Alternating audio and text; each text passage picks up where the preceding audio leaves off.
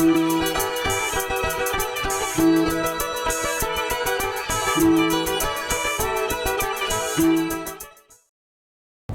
sejahtera buat kita semua, Shalom. Saya Ibu Pendeta Yuliantina akan membawa berkat hari ini.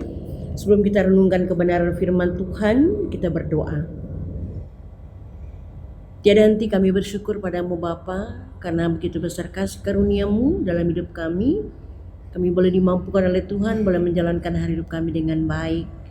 Berkati kebenaran firman-Mu yang akan disampaikan hari ini, sehingga firman menjadi kekuatan, iman, pengharapan, kepercayaan kami padamu. Di dalam dan oleh Yesus kami berdoa dan bersyukur. Amin. 1 Tesalonika pasal yang kedua ayat 8 hingga ayat 9. Saya akan bacakan sekali lagi. 1 Tesalonika pasal 2 ayat 8 hingga 9 dengan perikop pelayanan Paulus di Tesalonika. Demikianlah kami dalam kasih sayang yang besar akan kamu, bukan saja rela membagi Injil Allah dengan kamu, tapi juga hidup kami sendiri dengan kamu karena kamu telah kami kasihi. Sebab kamu masih ingat, saudara-saudara, akan usaha dan jerih lelah kami sementara kami bekerja siang malam, supaya jangan menjadi beban bagi siapapun juga di antara kamu. Kami memberitakan Injil Allah kepada kamu. Yang berbahagia ialah kita mendengarkan firman Tuhan dan yang melakukannya dalam hidupnya setiap hari. Amin. Salam. Ada rasa memiliki kasih. Ada rasa memiliki kasih. Firman Tuhan yang akan kita renungkan bersama hari ini. Bu Bapa kekasih Tuhan, besarnya pengorbanan seorang ibu bagi anaknya tidak perlu dipertanyakan lagi. Mulai dari saat ia mengandung, melahirkan, hingga si anak dewasa. Tak terhitung banyaknya pengorbanan sang ibu bagi anaknya. Mungkin karena secara fisik anak pernah berada di dalam kandungan sang ibu, maka ikatan batin anak dan ibu begitu kuat. Nah, maka adalah wajar saat perempuan Sirofenisia ini berseru kepada Yesus untuk mengasihani dirinya. Kasihanilah aku, Tuhan, tolonglah aku. Nah, seruan yang merendahkan adanya kasih ibu yang besar kepada anaknya. Rasa kasih yang timbul dari rasa memiliki inilah yang menjadi tenaga pendorong bagi perempuan Sirofenisia untuk melangkah di dalam iman, berani menerobos batasan budaya dari kaum Yahudi kala itu. Luar biasa kegigihan seorang perempuan Sirofenisia ini. Nah, rasa memiliki anak adalah benih yang menghasilkan kasih kepada anak.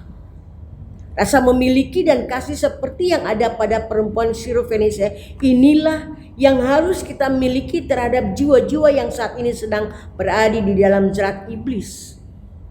Terlebih jika mereka itu adalah keluarga kita sendiri. Meski kita berada di tengah masyarakat yang individualis dan berdiri di dunia yang tandus akan kasih, kita tidak perlu latah atau larut di dalamnya.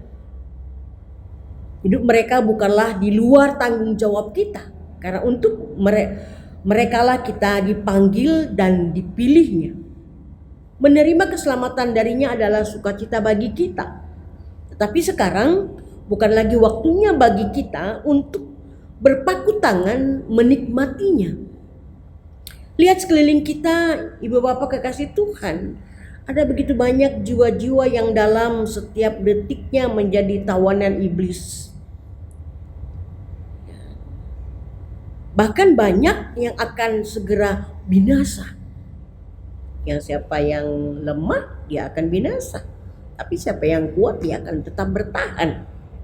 Nah, sementara itu, apa yang bisa kita lakukan? Masihkah kita dipusingkan dengan permasalahan hidup kita yang tidak sebanding nilainya dengan jiwa mereka di mata Tuhan?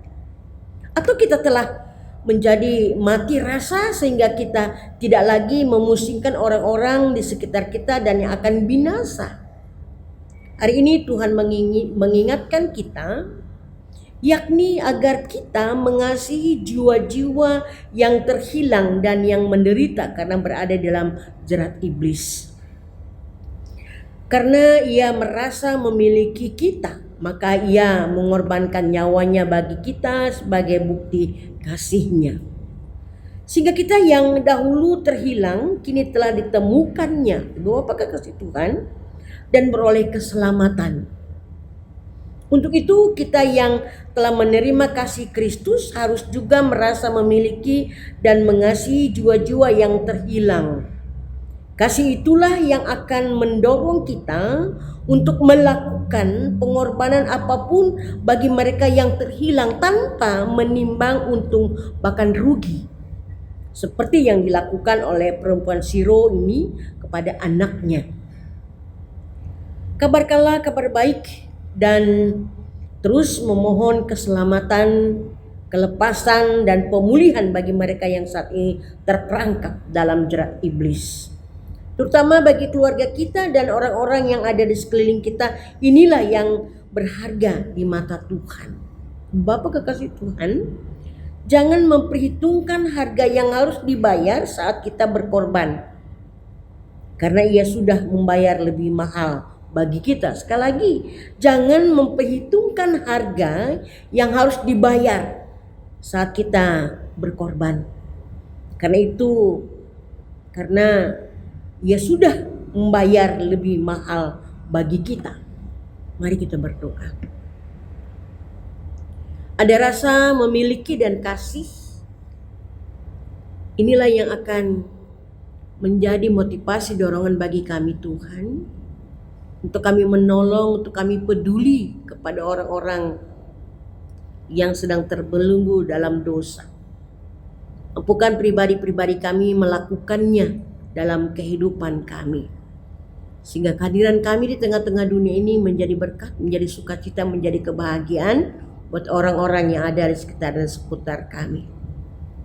Hanya kemampuan yang Tuhan berikan inilah memampukan kami untuk boleh melakukannya dalam hidup kami tiap-tiap hari. Terima kasih Bapa, berfirmanlah bagi kami semua. Kami siap untuk melakukannya dalam hidup kami.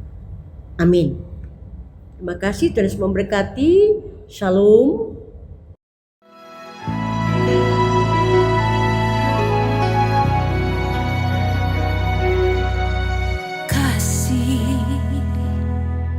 Bagaikan pelita di malam hari, menunjukkan jalan bagi mereka yang tersesat.